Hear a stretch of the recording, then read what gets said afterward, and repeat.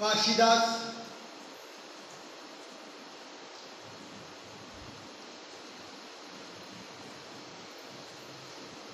यांनी केलेलं द्रौपदी संवर आणि त्या द्रौपदी संवराच्या माध्यमातून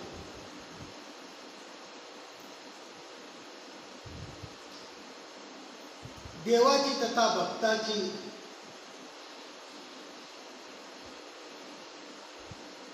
कथा गुणगान आपण श्रवण करत आहात।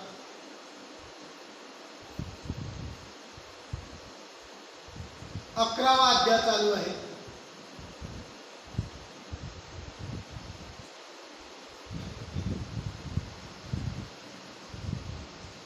आणि अर्जुनाला सर्व बाजूनी बाणांनी घेरल्यानंतर सैन्याने घेरल्यानंतर भीम त्या ठिकाणी आला आणि भीमाने तुंबळ असं युद्ध करायला सुरुवात केली असं आपण श्रवण केलं। आणि तो भीमाचा क्रोध काय होता, भीमाच्या पराक्रमाचा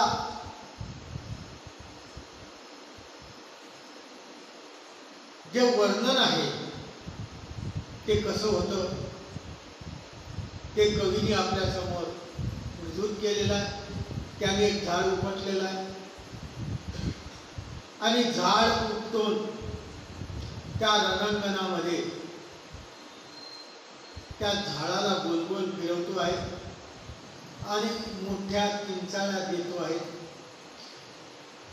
आणि मोठ्या मोठ्या किंचाळ्या देऊन अकस्मात बरंच काही सैन्य त्या बल्लभानी म्हणजे स्वयंपाकानी त्यांचं हे घेतलेलं आहे। हा बल्लभ त्या सैन्यावर तुटून पडलेला आहे आणि सुटून पडल्यानंतर चलठाच्या चलठा म्हणजे समूहाचे समूह असे जे युद्धामध्ये सैन्याचे होते त्या सैन्यावर हा विक्रम गाजतो आहे। याचा विक्रम असा होता म्हणून त्यांनी ओवी केलेली आहे। विक्रमतो नवरा मिरवे वधू कीर्ती आदी जनतेचे वराडी आदर भीमा करी रुधिर रस रंगोनी जन्मदरी मरघाडी भात बुक्या दुताला तवऱ्या गुळ गर्जन कोप कडी बहुगाडी थाप पुऱ्या पद पापर तेलवऱ्या मरणे वने द्रुमवाडी सागरा बहु तरंगले आले प्रेत पर्वण रणंगले सर्वे समूळ भूतळ पाहे मेद माऊस भय होऊनी राहे रुधिर लागले मेद निराळे भडकले तूर पडू गजव झाला उलटला तू फुटली पडी पळता करी भीम महाकर्णी पळरे चलता निदवली धरणी पळती सिंहवात हरणी पळती हरे भाई। त्या भीमाचा पराक्रम त्याचा विक्रमता त्याचा पराक्रम हाच त्याचा नवरा आहे। वधू म्हणजे यश कीर्ती ही त्याची वधू प्रमाणे आहे आणि आरी म्हणजे शत्रू। या युद्धातले जेवढे शत्रू आहेत ते त्याचे वराडी आहे। अशा माध्यमातून हा भीम त्या सैन्यावर रंगून गेलेला आहे आणि रंगून गेल्यानंतर अनेक सैन्याला खरा करतोय। पंक्तीमध्ये वाढायचा आहे, वराडी लोकांना आदर सत्कार करायचा आहे। हे वराडी जे शत्रू आहेत यांना पंक्तीमध्ये लग्नाला आलेले म्हणून वाढायचं आहे। काय वाढतोय तो तर भात बुक्या मारतोय. बुक्क्या म्हणजे काय आहे? त्याचा भात आहे. तुपाप्रमाणे तवड्या मारतोय, गर्जना करतोय, जसा गुळ वाढतोय. त्याची गर्जना म्हणजे गुळाप्रमाणे. आणि त्याचा क्रोध, अर्जुनाचा, आपल्या भीमाचा क्रोध कढीप्रमाणे. जशी काही कढी आहे तशाप्रमाणे त्याचा क्रोध आहे. आणि थापा मारतोय तो. भीम त्या युद्धामध्ये एक थाप मारतोय, जसे काही पुऱ्या वाढतोय. एक थाप म्हणजे एक पुरी. तेल वाढतोय, जशा काही लाथा मारतोय. आणि अशा प्रकारचं मरण शत्रूचं पानावर तो काय करतोय? वाढू राहिलेला आहे. आणि अशा माध्यमातून तो कविवंत मला जाणवलं. आणि अनेक प्रकारचे सैन्य त्या रणांगणामध्ये पडलेले आहे. समर युद्धामध्ये अशा प्रकारचे नेत माऊस त्या सैन्याचं बाजूला निघून पडलेला आहे. रुधिराचा पूर वाहतो आहे. पळता पळता काही सैन्य पळत आहे, काही सैन्य धरणीवर निघलेलं आहे. ज्याप्रमाणे सिंह एखाद्या जंगलामध्ये यावा आणि सिंह पळत जावा आणि ते हरणी जशी जीव वाचण्यासाठी पळावी, त्याप्रमाणे या कौरवाचं सैन्य जीव वाचण्यासाठी इकडे तिकडे पळत आहे. असा फोडीला थाट अश्वरुंदाचा, असा जो अश्वांचा जो हे होता तो भीमाने फोडून टाकला. हातामध्ये गदा घेतलेली आहे आणि हातामध्ये गदा घेऊन तो चाललेला आहे. वर काळा रूप, जसा काही काळा रूप आहे. आणि असा असलेला जो भीम आहे तो क्रोधायमान झाल्यानंतर शाल्व त्या ठिकाणी आलेला आहे. आणि शाल्वाला वाटतं आपल्या कौरवाचं सैन्य वापस फिरत आहे, म्हणून तो त्या ठिकाणी आलेला आहे. आणि आल्यानंतर जो सिंह आहे, सिंहाप्रमाणे भीम आहे, त्याने गर्जना केलेली आहे. आणि गर्जना केल्यानंतर तो शाल्व त्या रथावर प्रेरित झालेला आहे, हाक देऊन त्या ठिकाणी आलेला आहे. आणि तो पाहतोय प्रचंड असं कौरवांच्या सैन्याचा आघात होतो आहे. असा शौर्य त्या ठिकाणी रथावर आलेला आहे, आडवा झालेला आहे. आडवा झाल्यानंतर त्या ठिकाणी भीम आहे. भीमाने त्या ठिकाणी आलेला भीम म्हणतो, तू बाजूला होत आहे, तुझं काही काम नाही. भीम त्या सेनापतीला, शाल्व सेनापतीकडे पाहतोय. तो त्याच्याकडे आला, त्याला हलवायचा प्रयत्न करतोय. तो ढळत नाही, ढळत नाही. भीम त्याच्याकडून हालतच नाही आहे. काय करावं, काय करावं. शाल्व हा खूप प्रयत्न करतो आहे. आणि प्रयत्न करत असताना भीमाने त्याला एक थापड मारलेली. शाल्वाला फक्त एकच पाया आपली थाप मारलेली आहे, रजाची लंबंडासारखी थाप मारली. तर असा असलेला शाल्व उताना पडलेला आहे. एका याच्यामध्ये शाल्व चक्कर येऊन खाली त्या रणांगणावर समरामध्ये उताना पडला खाली. आणि त्याचा रथ त्याने बाजूला लोटून दिला. आणि बाजूला लोटून दिल्यानंतर अशा प्रकारचा तो भीम त्या सैन्यामध्ये घुसतो आहे. आणि सर्व सैन्य अर्जुनाच्या बाजूला करून टाकलं. अर्जुनाला जे घेरलेलं सैन्य होतं, एकट्या भीमाने सर्व असा मोठा पराक्रम, मोठमोठे झाडं गरगर फिरवून अशा प्रकारे त्या सैन्याचा नायनाट करून टाकला. आणि विक्रम असा पराक्रम पाहून अर्जुन त्या सैन्यातून वेगळा झालेला आहे, मुक्त झालेला आहे. आणि भीम आणि अर्जुन एका ठिकाणी उभे आहेत. अशा प्रकारचा काशीदास म्हणतोय की पुढे आता काय होणार आहे, पुढे युद्धामध्ये कसं वर्णन होणार आहे, त्याचं वर्णन आपण पुढच्या अध्यायामध्ये करणार आहे. म्हणून अशा प्रकारचा जो 11वा अध्याय आहे, 11वा अध्याय या ठिकाणी आपण संपवलेला आहे. आता 12व्या अध्यायामध्ये सुद्धा युद्धच आहे.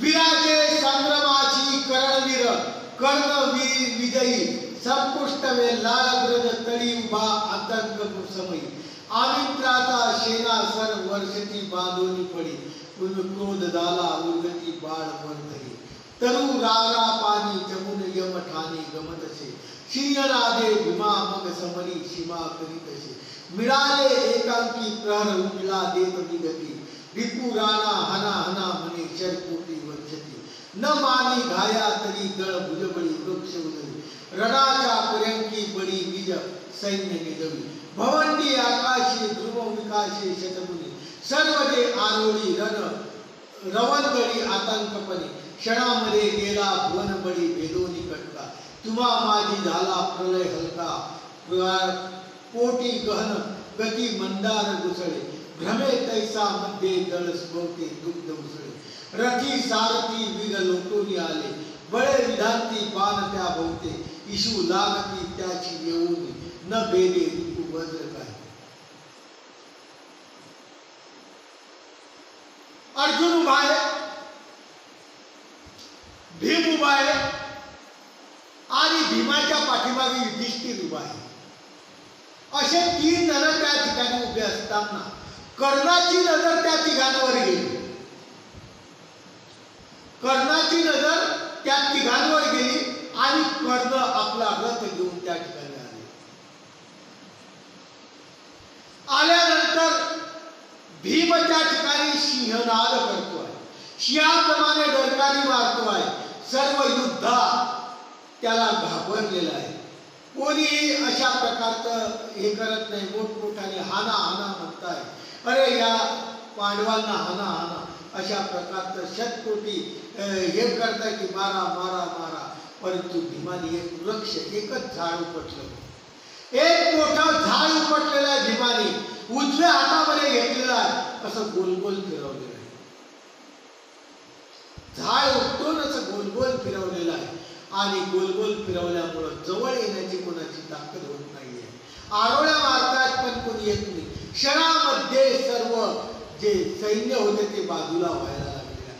सैन्यामध्ये कल्लोळ व्हायला लागलेला आहे आणि एकमेकांमध्ये भ्रमता आहे. आणि त्याच्यामध्ये अर्जुनाची जी शूरता आहे ती शूरता पांढर शुभ्र शिराब्दीच्या दुधाप्रमाणे अशा प्रकारचे उसळते आहे. रथी स्वार्थी तो अर्जुन बसलेला आहे आणि त्याचे वज्र बाण त्याच्या पाठीवर आहे आणि कोणाचा छेद करायचा काय करायचा हा विचार तो अर्जुन करतोय.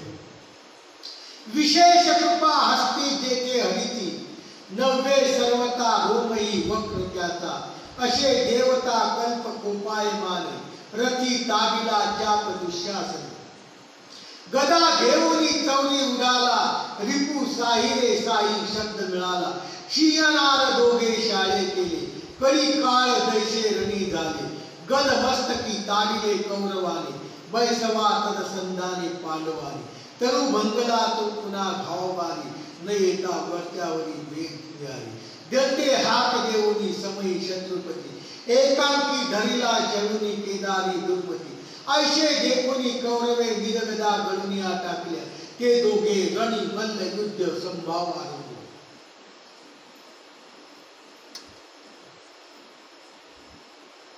विशेष कृपा हस्ते जेथे हरिती ज्याच्यावर परमेश्वराची श्रीकृष्ण चक्रवर्तीची विशेष प्रकारची कृपा आहे, ज्याच्यावर परमेश्वर प्रसन्न आहे असा पांडव नव्हे सर्वता रोमही वक्र त्याच्या केसालाही वाकड करण्याची ताकद कोणाची नाही. परमेश्वराची जर कृपा असली तर केसाला सुद्धा वाकड करण्याची ताकद नाही. अशा प्रकारची परमेश्वराची कृपा त्या पांडवावर आहे. असं देखत असताना असं पाहत असताना त्या ठिकाणी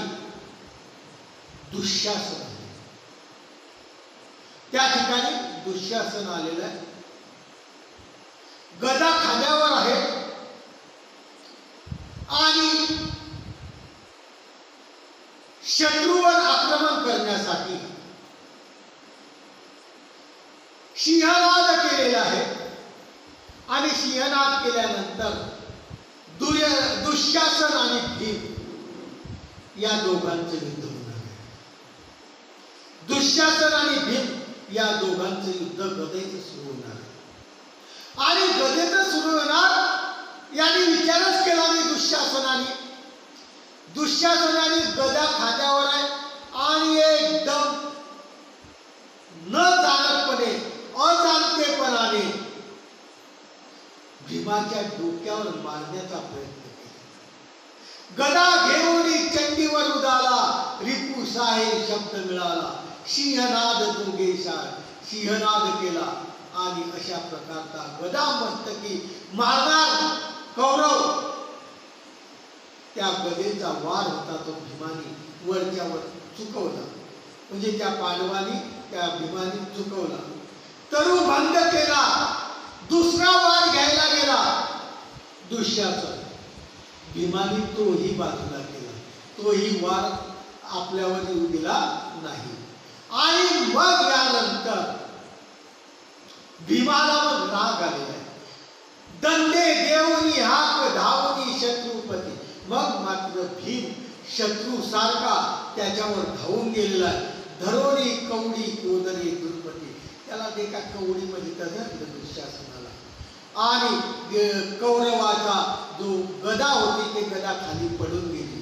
कौरव दुःशासनाच्या हातात जी गदा होती ती खाली पडून गेली आणि ते दोघं मल्ल युद्ध करायला तयार झाले. मल्ल युद्ध तर मल्ल युद्ध म्हणजे पहिलवान जसे युद्ध करतात त्याप्रमाणे गदा युद्ध बंद झालं. आता दोघांचं मल्ल युद्ध रचना संभावना आरंभ झाली. भीमाचं आणि दुःशासनाचं गदा युद्ध सुरू झालं. दोघे 10 शस्त्र नागटे महाबळी, लोटले रणांगणात माडली प्रचंड रौदळी, लाविता कळा सारवणी देती वज्र मुसळी, हाविता सवेच मुष्टिघात जीवनस्थळी, व्याळी पिळोनी कल्पकाळ कलाती, वात बोलोनी वेद जाती धराटी, गर्जती गिरा गंभरे मेघ चढाती, धरधरे वसुंधरा नगोदरे कडाती. दोघांमध्येही 9 लाख सहस्र बळ होतं. दुःशासन काही कमी नव्हता, दुःशासनामध्ये ही ताकद होती. दोघांमध्ये 9 लाख सहस्र बळ होतं. दोन्ही महाबळी त्या गदा युद्धामध्ये युद्ध करतायत. लोटंगणा रणांगणात हे करताय. बाकीचे सैन्य सर्व बाजूला होऊन गेलेलं आहे. बाकीचं सैन्य सर्व बाजूला होऊन गेलेलं आहे. दोघांची जी गदा युद्ध आहे ते सुरुवात झालेलं आहे आणि मुसळाप्रमाणे त्यांचं गदा युद्ध सुरुवात झाल्यानंतर आकाशामध्ये असं काय वाटलं की जसा काय भूकंप होतो आहे. सर्व आकाश कसं गरगरायला लागलेलं आहे. मेघ सोनीने कडकडाट जसा विजेचा होतो तशा दोघांच्या मल्ल युद्धाचा आवाज येतो आहे आणि सर्व पृथ्वी धुरंधर ही पृथ्वी भूकंप जसं आल्यावर थरथर कापते ना तशा प्रकारची पृथ्वी या दोघांच्या मल्ल युद्धाने काय करायला लागलेली आहे, थरथर कापायला लागलेली आहे. शुक्र एक पुत्र एक रुद्र एक आतंक, वाई एक विदंबी कृतांत एक आतंक, नक्र एक गजेंद्र एक स्वामी एक तारक, भाव सारिका परंतु धर्म नाव तारक. त्या युद्धामध्ये एक पुत्र आहे तर एक शुक्र आहे, एक रुद्र आहे तर एक आतंक आहे, एक वाली आहे तर एक दुदुंबी आहे, एक कृतांत आहे तर एक आतंक आहे आतंक करणारा, एक नक्र आहे तर एक गजेंद्र आहे, एक स्वामी आहे तर एक तारक आहे. सारखे त्यांचे काय आहे, सामर्थ्य सारखं आहे, परंतु फरक काय पडला हो. दोघांचं सामर्थ्य सारखं आहे गदा युद्धामध्ये, फरक काय पडला म्हणून ते म्हणतात भाव सारिका आहे परंतु धर्म नावे तारक. भीमाजवळ धर्म आहे आणि दुःशासनाजवळ अधर्म आहे. भीमाजवळ काय आहे, धर्म आहे आणि दुःशासनाजवळ अधर्म आहे, त्याच्यामुळं भीमाला ताणून देणारा धर्म आहे. धर्म म्हणजे धर्मभावना आणि दुष्टांचा संहार करण्यासाठी भीम त्या ठिकाणी आलेला आहे. आणि हा दुःशासन अधर्माच्या बाजूने लढतो आहे. हा अधर्मवान आहे आणि धर्मवान भीम आहे. म्हणून जिथं धर्म आणि अधर्म एकत्र आला त्या ठिकाणी धर्माची जीत होत. आरंभले परमच्या गळगंधराचा, वेडाले कटक पाहतशे तमाशा, देखोनी नर बांधव वेडीला, तो क्षोभला प्रलय पावक पेटला. ब्रह्मकल्पी समय चोडी, रुद्र कोप भोनीवर धावे, सर्व जाळी म्हणे जगदैसा, रुसला नरपरा विरतैसा. स्पर्शिला चरणे महामंतका, तिने विरले करी कन्यका, चपळी करणी हरणी दैस. चरसुती करी पार्थ नरकसी, सज्जुरी बाण करणी घर चौकोप करी, लागता पादी पाणी शिरंदरी दुट्टी गरगरा बोलते. हाकार झाला महासंज्ञापरी, रवी नंदने देखला तो सुमारी, श्री टोपी महाकुंडले कंकणी तेजवारी. काढिल्या गवसना धनसाची, ओढिले शरतनयाची, रुक्मिणी पती प्रेमीला समीर मित्रपणाचा. दूत चक्रे धावे गडगडीत, पताका तेजळावरी तापती तरणी, विदर्वनी सेना चपळ पवनापेक्षा, अकस्मात अर्जुनाचा का समोकर झाला. युद्ध सुरू झालेलं आहे. गदा युद्ध सुरू झालेलं आहे, द्वंद्व युद्ध सुरू झालेलं आहे, मल्ल युद्ध सुरू झालेलं आहे. दोघांचं एकमेकांमध्ये अशा प्रकारचं घनघोर असं युद्ध चालू आहे. असं वाटतं आहे की जसं काय ब्रह्मांड गोळकाच खाली पडतोय, काय रुद्र कोपलेला आहे, जसं काय सर्वाला जाळीन म्हणे, अशा प्रकारचा हे आहे. आणि अशा वेळेस अर्जुनाने त्या ठिकाणी आपलं हरिणीप्रमाणे या सैन्याला सांगतोय की हे हरिणीप्रमाणे आहे. पार्थ म्हणतो की आता ऐका, या युद्धामध्ये ते युद्ध चाललं असताना अर्जुनाने राहुलं नाही. अर्जुनाने त्या ठिकाणी गेलेला आहे, त्या युद्धामध्ये उभा राहिलेला आहे, हाकार झालेला आहे त्या युद्धामध्ये, आणि बाण त्यांनी लावलेला आहे अर्जुनाने. आणि हा प्रकार पाहिला रविनंदन आहे. रविनंदन कर्णाने हा प्रकार पाहिला. आता काही खरं नाही, हा ब्राह्मण आता काय करेल काही सांगता येत नाही. म्हणून कर्णाने काय केलं, कर्णाने आपल्या अंगामध्ये शिले वज्र कवच कुंडल सर्व घालून घेतलं की कदाचित अर्जुनाचा बाण आला, आपल्या छातीत लागला तर आपण मरायला नको. अर्जुन म्हणजे ब्राह्मण, ब्राह्मणाचा जर बाण आला आणि आपल्या छातीत लागला तर आपला शिले वज्र आपण घालायला पाहिजे. महाकुंडले जे सूर्याने दिलेले होते ते कवच कुंडल सर्व त्यांनी धारण केलेले आणि धनुष्याचं बाण घेऊन त्या ठिकाणी आलेला आहे. आणि त्यांनी अशा प्रकारच्या आकाशात बाण सोडलेले. वीर सागरा धनंजय आहे, धैर्य पर्वत रवी सुत पाय, बोलीला द्विजवरा स्थिर राही, आमचे स्वहित उत्तर साई. जे पुरेचे कट करणाव पाणी, मेदुनी करेचे ते जळवानी, ते तुम्ही द्वयजनी भुजा भारे, आज आंदोळलेले दळ सारे. धन्य धन्य जननी माता, तो तुम्हा प्रवसली उभयता, आल्या हृदय पुर यश आता, एक मी पुसकशे तुझा आता. सर्वता दिज तुम्ही द्वयन आहे, क्षत्रियांत पर पावका, विग्रह ते तुम्ही रेराना, सगळे त्योज्य सुधार सताका. त्या ठिकाणी कर्ण आलेला आहे, कर्णाने बाण सोडलेले आहे, अर्जुनाने बाण सोडले, बाणाचं युद्ध सुरू झालं. आणि हा अर्जुन आवडतच नाही आहे. तेव्हा त्याला शंका आलेली. तेव्हा रविसूत म्हणजे कर्ण असा धैर्यमय पर्वत पाहून बोलतो, अरे द्विजवरा, हे ब्राह्मणा, तू खूप शौर्य आहे, तर स्थिर राह, स्वहित बाहेर मिटून टाक हा वाद. हा वाद काही आता वाढवू नको, तू बऱ्याच प्रकारच्या पराक्रमाने आमचं सैन्य मारून टाकलेलं आहे. पण तू आता काय कर, स्वहित तुझंही पाय आमचंही पाय, आणि आता ज्याला संधी म्हणतात ती संधी आपण करू. पुरेशा कटकर्ण व पाणी मेदनी करी शके. तू कौरवांचं सैन्य खूप मारून टाकलेलं आहे. अनेक सैन्याला तू बऱ्याच प्रकारचं ठार मारून जमिनीवर पाडलेलं आहे. आणि तू हे ब्राह्मणा, तुझ्या बाहूमध्ये खूप बळ आहे. तुझ्या भावाच्या बाहूमध्ये बी खूप बळ दिसतं, म्हणजे भीमाच्या. त्याने बी त्या याच्यामध्ये आंधळलेले खूप लोक आहेत. अरे ब्राह्मणा, धन्य धन्य जननी जनता. आता तुला ज्या आई बापाने जन्म दिला ना ती धन्य आहे. कोणत्या आई बापाने तुला जन्म दिला आहे? कर्ण म्हणतोय असं. धन्य आहे, धन्य आहे जो तुम्हा प्रसवली उभयता. तुमच्या दोन जणाला जिने जन्म दिला ना ती माता नाही, खरंच सुंदर अशा प्रकारची माता असन तिला धन्य धन्य करतो, नमस्कार करतो की अशी धन्य धन्य जननी आहे की ज्यांच्या उदरामध्ये तुम्ही आले रे, तुमच्या हातामध्ये यश आलेलं आहे. एक पुसतशी तुझा आता तुला हे ब्राह्मणा विचारतो. मला तरी वाटतं सर्वता द्विज नाही तुम्ही ब्राह्मण नाहीच. मला आता पक्की गॅरंटी झालेली आहे.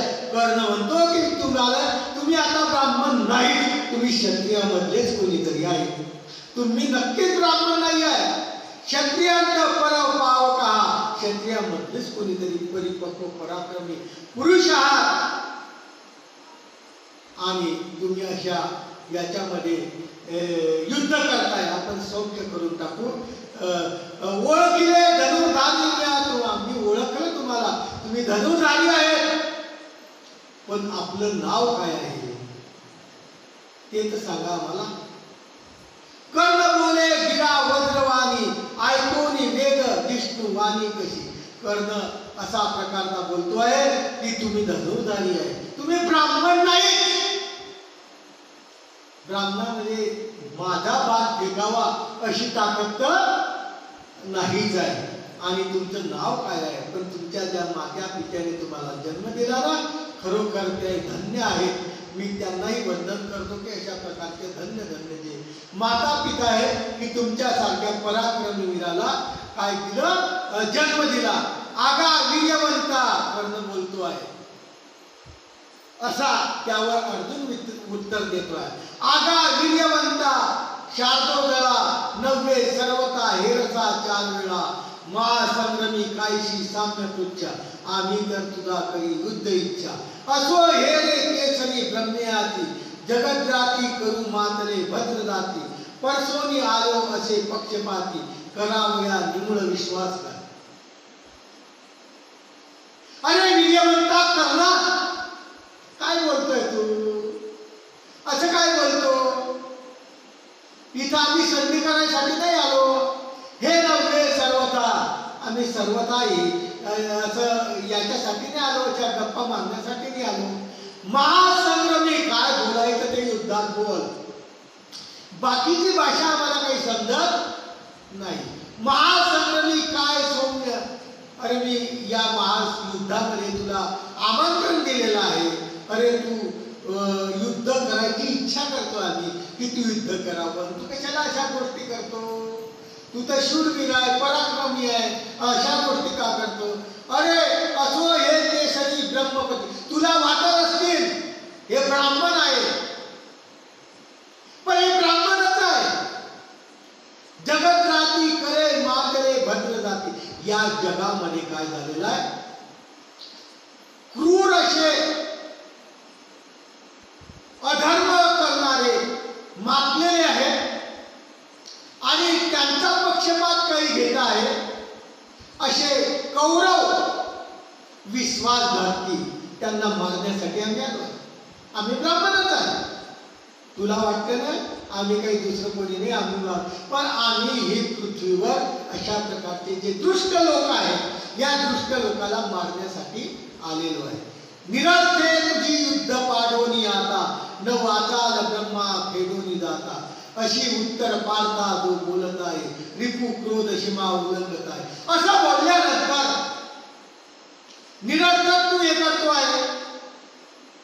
आणि हे ऐकल्यानंतर कर्णाला राग आला. कर्णाला राग आल्यानंतर क्रोधाने उल्लंघित झाला कर्ण. प्रतापे धन करिले काळ वेगा, मुखी करकरा खादल्या वक्र दाडा. रिपू एक कर्म बद्री फळाचा, सुपरमा पुढे गर्जला घोर वाचा. तरन्याय केला कर्महीना, प्रताप गळे बोलशी दुःख दिना. अरे विप्र जानोनी युद्ध साहे, मना नामिले वैरिया धाव साहे. म्हणून बळे वेदिता कर्ण झाला, न येता पार भेदूनी गेला. अशेची पाच बाण तोडूनी कदा कर्ण अद्भुत संधान मांडी. महामेघ समतला वर्षाए, नवी बाण जंजाळ होनी राहे. असे संधान भानुमत्वाचे विधान त्या फाल्गुनाचे. संभाव्य अरवला वेग त्याने, न जाणे कितीक बेदिले बाणे. नवी मंडले सर्व आधार माने, पळू लागले निर्जराचे विमाने. त्याला राग आला, कर्णाला राग आला. त्याचा प्रताप झटकारला. अरे मी जर करत झालो ना, एका दाढीचा सुद्धा तू नाही, असा कर्ण त्या ब्राह्मणाला म्हणतोय. अरे मी जर बाण सोडायला द्यायला सुरुवात केली ना, कर्ण म्हणतोय की न येता पार्थ भेटू, पार्थाशिवाय दुसरा कोणी माझा बाण भेटू शकत नाही. अरे हे अर्जुना, हे ब्राह्मण, खूप प्रकारचे बाण माझे आहेत आणि त्याने आकाशात 5 बाण सोडले. कर्णाने आकाशामध्ये 5 बाण सोडून टाकले आणि अर्जुनाने ते पाहिले आणि अर्जुनाने आकाशात आपला बाण सोडला आणि त्या 5 बाणाला येऊन दिलं नाही. त्या 5 बाणाला येऊन दिलं नाही. त्याचा विंद करून टाकला. फाल्गुनाने त्या बाणाचा, अर्जुनाने त्या बाणाचा विंद करून टाकला. अशा प्रकारचे कितके बाण सोडायला सुरुवात झाली. इकडे बाण तिकडेही बाण, सगळे बाण वरच्यावर लटकले. बाण खाली गेला, इकडेही जायना तिकडेही जायना. इतके बाण झाले की आकाशात जे देवता लोकांचे विमान होते ना, ते भी पळायला लागले घरी. काही खरं नाही. आता दोघेही चंडमाने समुद्र खवळले, दोन्ही खवळलेले आहेत. आणि दोघांनी इतके बाण सोडले. आकाशामध्ये सूर्याचा प्रकाश खाली आलाच नाही. सर्व आकाशात सर्व ठिकाणी आकाश भरून गेलं, फक्त बाणच खाली सर्व आधार पडले. या सैन्यावर बाण जाईना आणि त्या सैन्यावर बाण जाईना, कारण दोन्ही पराक्रमशील. भीमाचे आणि दुःशासनाचं गदा अद्याप पुरं आहे. तुम्हाला वाटेल संपलं, ते परत सुरू होईल. परंतु पहिले यांनी या कर्णाचं सांगितलेलं आहे आणि कर्णाचं सांगितल्यानंतर सुसाट अशा बाणांच्या माध्यमातून, सुसाट अशा बाणाच्या वेगाच्या माध्यमातून आकाशात सगळे बाण जमायला लागले. सूर्याचा प्रकाश दिसत नाही. महायुद्ध अर्जुनाचं आणि कर्णाचं देव लोक पाहायला लागले. आपण फक्त ऐकतो नाही, पण देव दानव सुद्धा ते युद्ध पाहायला लागले. भास्करी मान न देव राणा, असे वर्णिता शब्द संधू सुरेना. मनी अर्जुने योजले काय करणार. अशा प्रकारच्या दोघांचं शब्दाच्या माध्यमातून, बाणांच्या माध्यमातून युद्ध चालू आहे. युद्ध चालू असताना कर्णवीर पर पावक राशी, सद्गुरु भजन भार्गवी त्याची. न गवे हीच प्रदुवाई, शस्त्र घाली न रिपुवर काही. अग्न बाण मंत्रोनी पाहे, बोलिला सजने सत्वरे. घालिला प्रथम वात धडाडी, वेद जाते सरसाची धडा. कर्णवीर बाण मंत्रून त्यांनी सोडलेला आहे. रिपुवर म्हणजे शत्रूवर सोडलेला आहे. आणि मग अर्जुनाला वाटलं काय करावं. मग अर्जुनाने काय केला, अग्निबाण.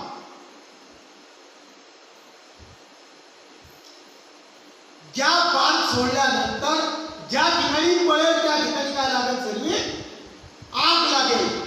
नाना प्रकारचे बाण होते. आता आपल्याला बॉम्बस्फोट वाटतात, हे बॉम्बस्फोट काहीच नाही. पूर्वीच्या युद्धाच्या काळापेक्षा हे बॉम्बस्फोट काहीच नाही. अशा प्रकारचे योद्धे पूर्वी होते. म्हणून अर्जुनाने एक मंत्रून अग्नीचा बाण सोडला आणि त्या कर्णाला म्हणतो, अरे पहाय, तुझ्या अंगावर, तुझ्या सैन्यावर आता हा बाण येतोय, अग्निबाण, सावर सावर तुला.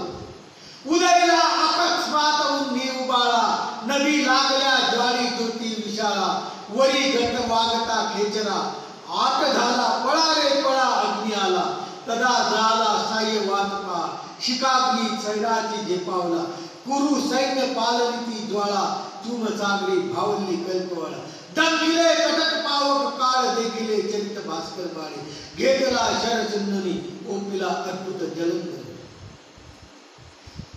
अर्जुनाने अग्निबाण सोडला आणि त्या कर्णाला सांगून सोडलं, सांभाळ, अग्निबाण सोडलेला मी आता. आणि अग्निबाण सुटला. उदयला अकस्मात ज्या ठिकाणी बाण गेला त्या ठिकाणी वंदीच्या वंदी म्हणजे अग्नी तयार व्हायला लागला. आकाशावरील सर्व त्यांच्या ज्वाळा दिसायला लागल्या आणि सैन्य घाबरलं ना. कौरवाचं सैन्य मात्र आता घाबरलं. जगायला कोण घाबरत नाही. आग लागला, पळा रे पळा. कौरवाचं सैन्य पळा रे पळा, अग्नी लागलाय, आपल्याला जाळल्याशिवाय राहणार नाही. अशा प्रकारचा बाण अर्जुनाने सोडला. तदा झाला साह्य तो वाटपाय. कोण साह्य अशा प्रकारचा? आणि गुरु सैन्यामध्ये ज्वालाच्या ज्वाला त्या बाणाच्या माध्यमातून त्या पळत आहे. सैन्य पुढे पळत आहे, त्याच्या माग अग्नीच्या ज्वाला पळत आहे. सैन्य मरण्याचं वाचण्यासाठी पळत आहे आणि अग्नी त्यांना जाळण्याच्या मागे पळतो आहे. मात्र कर्ण घाबरला. कर्ण घाबरला. त्यांनी पाहिलं, अरे हा काळ झालाय, काय करावं आता. हा भास्कर म्हणजे कर्ण आता काय करतो.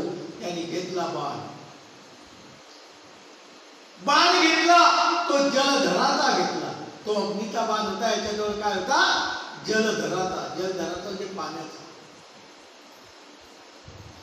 नदी घालीला मेघगर्जने धडधडा, बळे वावगे घरी धोडे धडधडा, कुटो लागले भीमघोषा तडतडा, विजय खेळती व्योम चळकळकरा, क्षणामधी कला धने शांतवनी, धरा सर्वै झाल्या तेवनी, रिपू अग्नी जाळी जो येत असे, धने भग्नच केला तैसा. अर्जुनाला बाण अग्निबाण सोडल्यानंतर कर्ण सुद्धा इतकाच तेजस्वी होता, पराक्रमी होता. त्यांनी जलधराचा बाण काढलेला आणि आकाशात सोडला. बाण आकाशात पोहोचला, लगेच मेघ तयार झाले आणि विजांचा कळकळाट झाला आणि धरणीवर काय यायला लागला, पाऊस यायला. कळकळा पाऊस यायला. क्षणामध्ये सर्व जो वन्य होता तो शांत झाला. किती बी अग्नी असला तर पाणी काय करतं, शांत करून टाकतं. आणि सर्व रिपू जे आहे, जे जाणार होते ते त्या ठिकाणी शांत झाले. जसं होतं तशा प्रकारचं शांत झालं. म्हणजे कर्णाने परत आपला जलधर बाण सोडून सर्व शांत केलं. देखोनी ऐशे मग पार्थराना, निर्वाण मंत्री बाणा जाना, तो योजिला सागर शरांचा, चिंतामणी अंतक हो परांचा, झाडोनी कोदंड वितक पाहे, बाणासनी फाल्गुन बाण वाहे, आकर्षिले शीत सडकले जेव्हा, भावी मन अर्जुन काय तेव्हा, जगित्वा सिंधू सरी धर्म आहे, रणी भीम शत्रु तुराकर पाये, जरी म्या प्रभू अर्जुला भावे, तरी या शरी सैन्य मारून. अर्जुन भी थंड झाला. याचा अग्नीचा बाण, त्याचा पाण्याचा बाण. देखोनी पार्थराना. अर्जुन आता काय करावं, त्याला विचार करावा लागला. विचार केला त्याने, काय करावं आता, काय आहे, काय करणार आता. म्हणून मंत्रावळी बाण. आता कोणता मंत्र वापरायचा, कोणता बाण या ठिकाणी सोडायचा, या सैन्याचा तर नायनाट झालाच पाहिजे.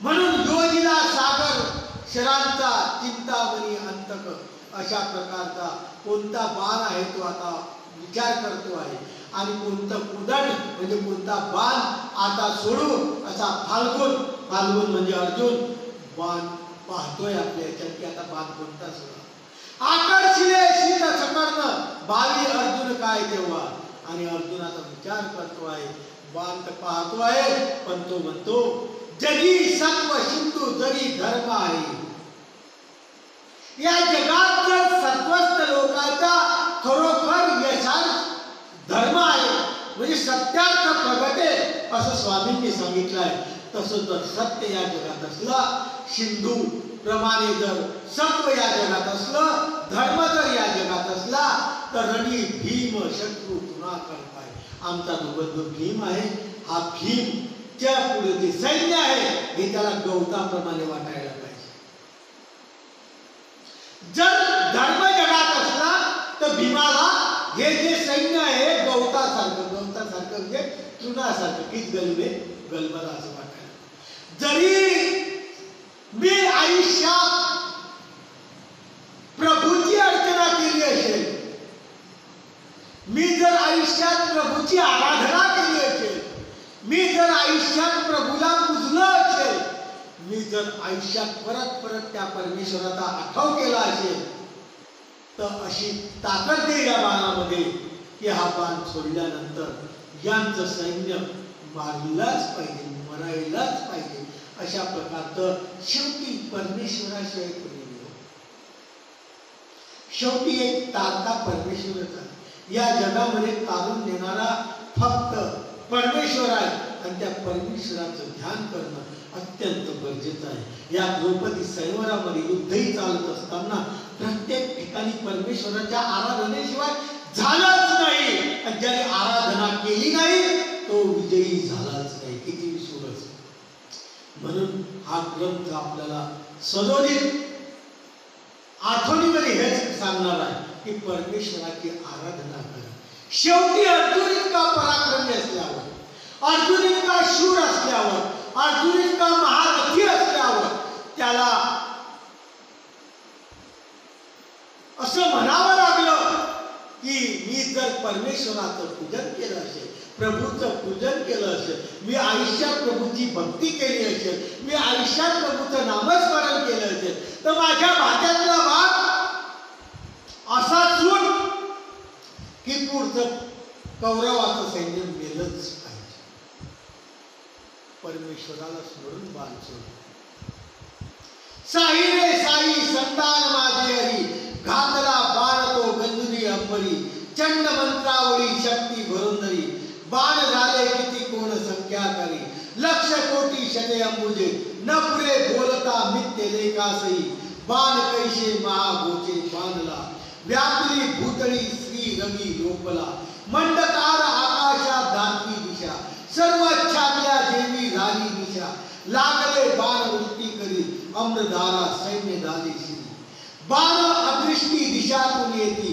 तोळसे उदरती दळची भेदती रथ करी नरवाजी पाडती मृगाती माझी झाला गजब कौरव वारी बाण वदले चमूधारी ब्रह्म गोळ शर सागर व्याला कोण तारोनी कंटाळला हेरिये भवन कुमरे देखिले शरमरे अर्जुने अनविराक भास्करी चकित होऊन राहिले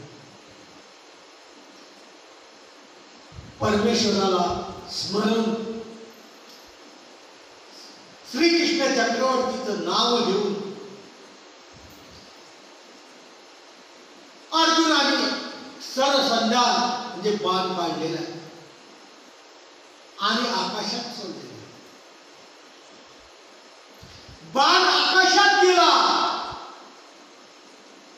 अर्जुनाने सोडलेला बाण अंबरामध्ये गेला आणि त्या मंत्राच्या माध्यमातून असंख्यात बाण आकाशात तयार झाले एका बाणाचे असंख्यात बाण आकाशात तयार झाले आणि कोटीचे कोटी अरबज सैन्य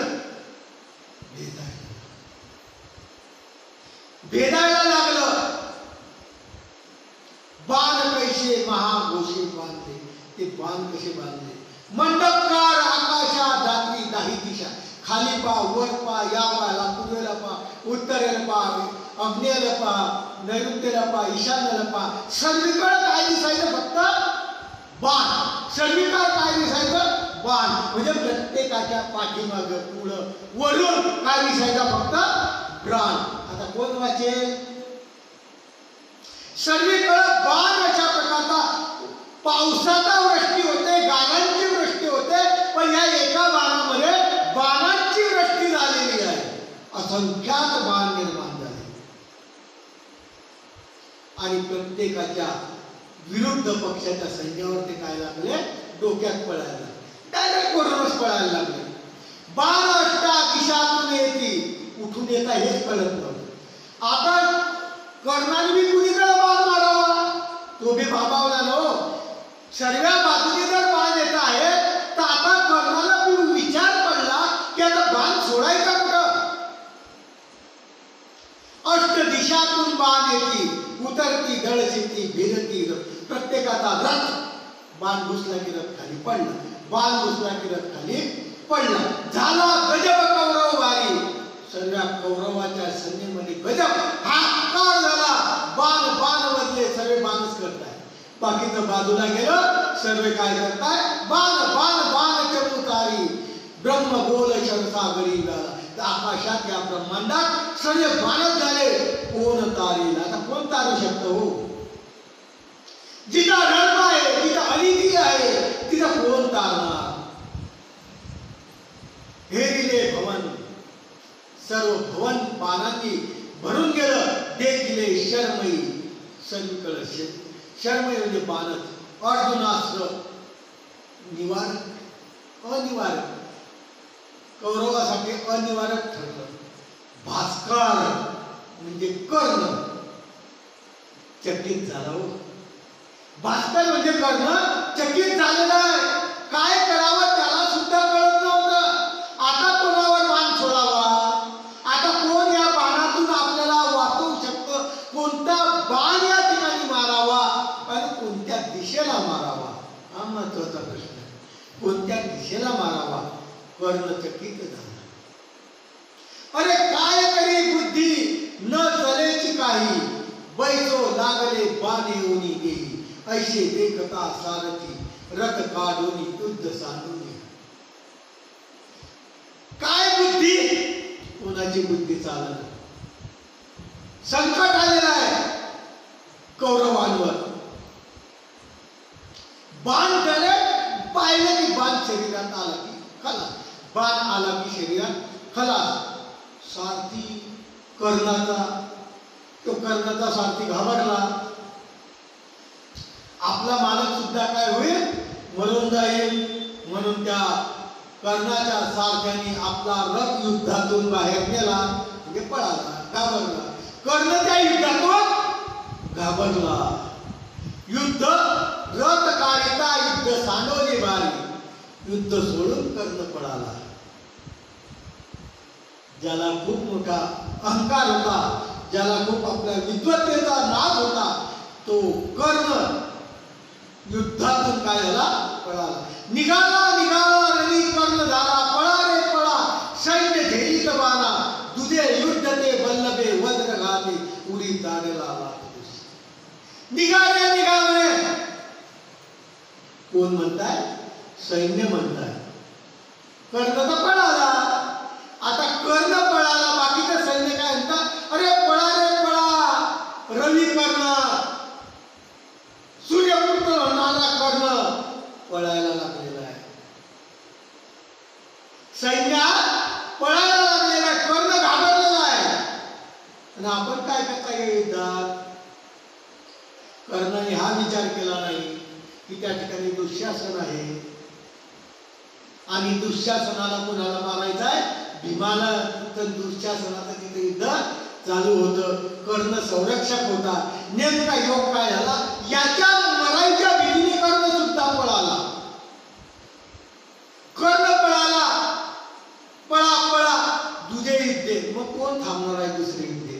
कर्णासारखा वीर जर युद्धातून रणांगणातून पद काढतो, कर्णासारखा युद्धात जर रणांगणात थांबत नाही तर थांबणार कोण? हो, खूप वाईट अवस्था आहे. खूप वाईट अवस्था आहे. आहे कौरवांची, अतिशय वाईट अवस्था आहे कौरवांची. रथ काढून युद्ध सांडून पळाला, युद्ध सांडून कौरव आपला कर्ण पळाला आणि निघा कर्ण निघाला. सर्व पळायला लागले आणि त्या ठिकाणी एकटे दुःशासन सापडले. त्या ठिकाणी आता एकटे दुःशासन सापडले. आधी जसं कर्णाचं अर्जुनाचं वैर तसं दुर्योधन आणि दुःशासनाचं अत्यंत वैर. निघाला कर्ण निघाला, पळायला सैन्यात गेला. आज तुझे युद्ध अशा प्रकारचं. आणि त्या ठिकाणी वल्लभ म्हणजे भीम आला. त्या ठिकाणी भीमाला दुःशासन तिथं बसलेला होता. एकच लाथ हृदयात मार.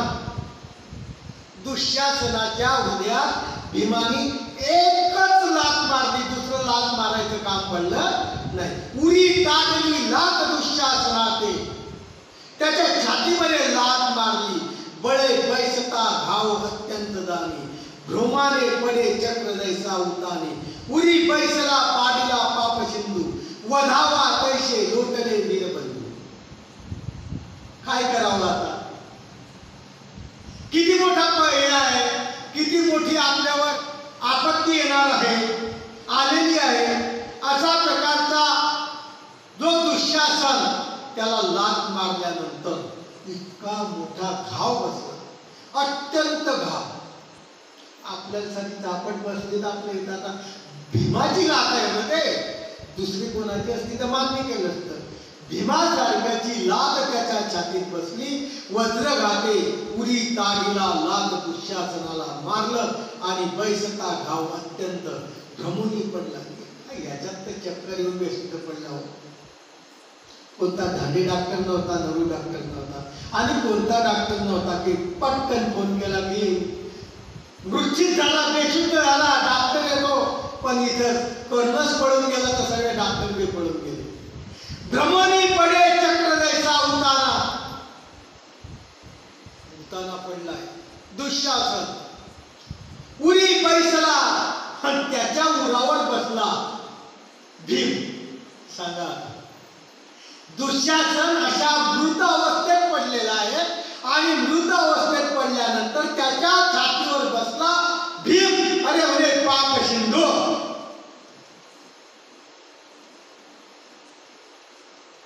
अरे पाप सिंधू, तू पापाचा सागर आहे. तू आतापर्यंत अकर्म केलेले आहे, आतापर्यंत कोणतंच कर्म व्यवस्थित केलं नाही.